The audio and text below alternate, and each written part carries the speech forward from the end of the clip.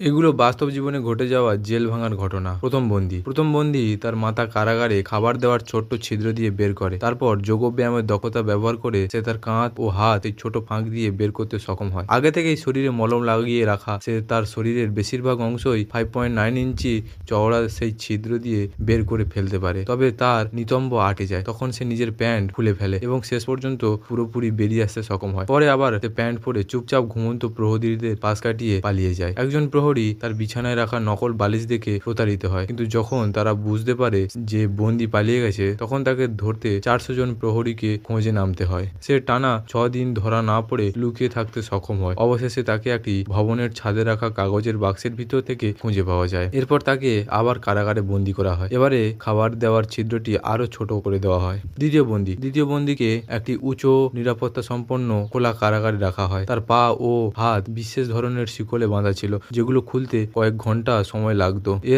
এর আগে সে দুবার জেল থেকে পালিয়েছে, তাই প্রহরীরা দৃঢ় প্রতিজ্ঞ ছিল যে এবার তাকে পালাতে দেওয়া যাবে না। কিন্তু সুযোগ পেয়ে সে স্যুপ মুখ থেকে ফেলে কাপ ও খাবার দেওয়ার ছিদ্রের ধাতব অংশে লাগাতে থাকে। সময়ের সঙ্গে সঙ্গে স্যুপের লবণ ধাতুকে ক্ষয় করতে শুরু করে। একদিন বিদ্যুৎ বিভ্রান্তের কারণে সে শিকল খুলে ফেলতে সক্ষম হয়। এরপর সে নিজের দু কাঁধ খানাচ্যুত করে সপ্তাহান্তের বন্ধ করে দেওয়া খাবার দেওয়ার ছিদ্র দিয়ে বেরিয়ে যায় এবং তুষারের মধ্যে অদৃশ্য হয়ে যায়। তৃতীয় ঘটনা, 1944 সালে দ্বিতীয় বিশ্বযুদ্ধের সময় একদল যুদ্ধবন্দী 3টি সুড়ঙ্গ খনন করেছিল। সুড়ঙ্গগুলো মাটির প্রায় 30 ফুট নিচে ছিল। প্রহরীদের চোখ এড়াতে তারা খাটের কাঠ, টিনের কৌটো এবং অন্যান্য সাধারণ জিনিস দিয়ে খনন কাজ চালায়। পরে তারা খনন করে তোলা মাটি গোপনে শিবিরে বিভিন্ন স্থানে ছড়িয়ে পড়ে। যুদ্ধবন্দীরা চুরি করা বৈদ্যুতিক তার ও পাইপ ব্যবহার করে সুড়ঙ্গে আলো এবং বায়ু চলাচলের ব্যবস্থা তৈরি করেছিল। 24শে মার্চ রাতে 76 জন যুদ্ধবন্দী সেই সুড়ঙ্গ দিয়ে পালিয়ে স্বাধীনতার পথে যাত্রা করে, কিন্তু সবাই পালানোর আগেই প্রহরীরা সুড়ঙ্গটি আবিষ্কার করে ফেলে। শেষ পর্যন্ত মাত্র 3 জন পালিয়ে নিরাপদে থাকতে সক্ষম হয়। বাকিদের মধ্যে 50 জনকে ধরে এনে মৃত্যুদণ্ড দেওয়া হয়।